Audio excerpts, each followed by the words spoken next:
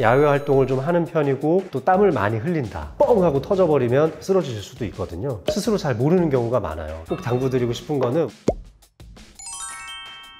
와, 요즘 너무 덥죠. 밤에도 에어컨 안 틀면 잠을 이루기 어려울 정도로 덥기도 합니다. 자, 요즘같이 너무 무더워지는 시기에 제일 걱정이 깊어지시는 분들이 바로 혈관 질환을 앓으시는 분들입니다. 겨울철에 날씨가 좀 추워지면 혈관이 확 수축하고 혈압 올라갈 것 같으니까 그때 뭔가 일이 터질 것 같잖아요. 여름철 시기에 훨씬 더 심뇌혈관 질환 환자들이 병원을 찾는 횟수는 많아집니다. 기온이 높아지니까 내 몸의 체온이 높아지죠.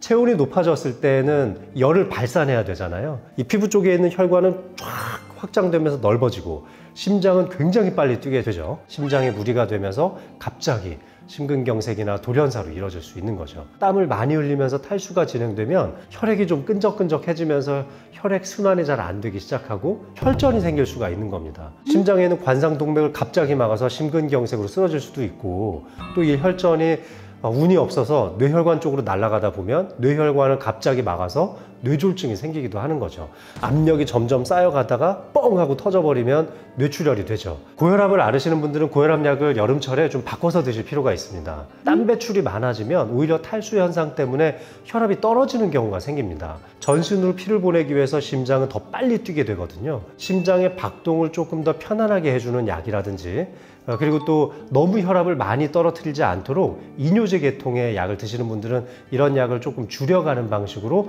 고혈압 약제를 조절하실 필요가 있습니다. 안타깝지만 나이가 들어갈수록 외부 환경, 기온의 변화에 적응하는 능력이 떨어지게 되는데요. 심부 온도가 계속 올라가서 나의 체온이 37도 5분, 38도까지 올라가도 스스로 잘 모르는 경우가 많아요. 심장 박동이 쉽게 빨라지지도 않고 모공이 빨리 열리면서 땀 배출도 빨리 되는 경우가 적기 때문에 굉장히 이제 내부 온도가 빠르게 오르기도 하거든요. 그래서 노인일수록 외부 환경에 적응하는 속도가 느리고 또 그런 외부 환경에 따라서 내 몸이 변하고 있다는 것을 인지하는 그 인지력도 조금씩 떨어집니다. 그런 예민함이 좀 떨어지는 거죠. 쓰러지고 나서야 그제서야 내가 내 온도가 올라가고 있었구나, 내가 너무 무리를 했구나라는 걸 그제서야 알게 되기도 하기 때문에 노인들께서도 여름철에 나의 체온 관리에 있어서 더 적극적으로 신경을 쓰셔야 될 거라고 생각합니다. 자, 그럼 이렇게 무더워지는 여름철에 뇌혈관 질환, 심혈관 질환 예방하기 위해서 어떻게 해야 될까요? 첫 번째는 물이죠. 물을 많이 드셔야 돼요. 숨 쉴 때마다 계속 이 체액이 손실되는 거거든요. 그래서 다른 계절에 비해서 한 2컵 정도의 물은 더 드신다는 개념으로 조금씩 수분 섭취를 더 많이 해주시면 좋겠습니다. 특히 야외 활동하실 때 물병 챙겨 나가셔서 수분 소실이 많아지지 않도록 주의하시는 게 첫 번째입니다. 몸의 체온이 너무 높아지지 않게 방지책을 좀 갖고 계셔야 돼요. 손선풍기 같은 것도 좀 갖고 다니면서 체온을 좀 적극적으로 낮춰주시는 것도 좋고, 부채 하나 들고 다니시는 것도 좋죠.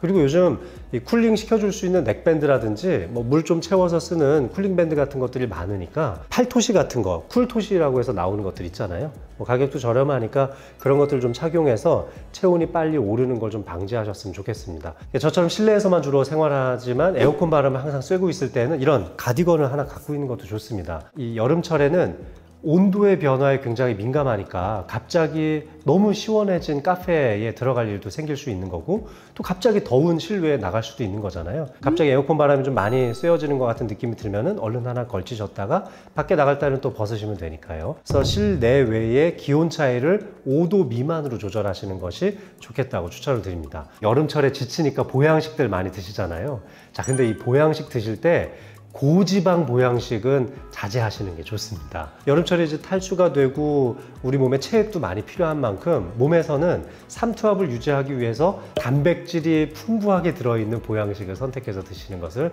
추천드립니다. 유명한 삼계탕집 가보면 정말 닭이 한 마리가 통째로 탁 나오는데도 위에 기름 하나 안 떠 있으면서 아주 뽀얀 국물로 나오는 그런 집들이 있거든요. 좀 그런 삼계탕들은 정말 아주 건강하게 잘 먹을 수 있는 삼계탕이라고 생각을 합니다. 근데 이제 너무 기름지게 먹는 이제 장어 구이 같은 것들 있잖아요. 기름이 너무 많잖아요. 이런 것들은 오히려 체지방을 많이 높일 수 있고 또 염증 반응을 더 많이 높이면서 더 피곤하게도 만들 수 있으니까 적절하게 섭취하시는 게 좋죠. 끝으로 제가 꼭 당부드리고 싶은 거는 운동 좀 하셔야 돼요. 여름철이라고 해서 덥다고 그냥 집에 편안하게 누워서 쉬시기만 하면 안 됩니다.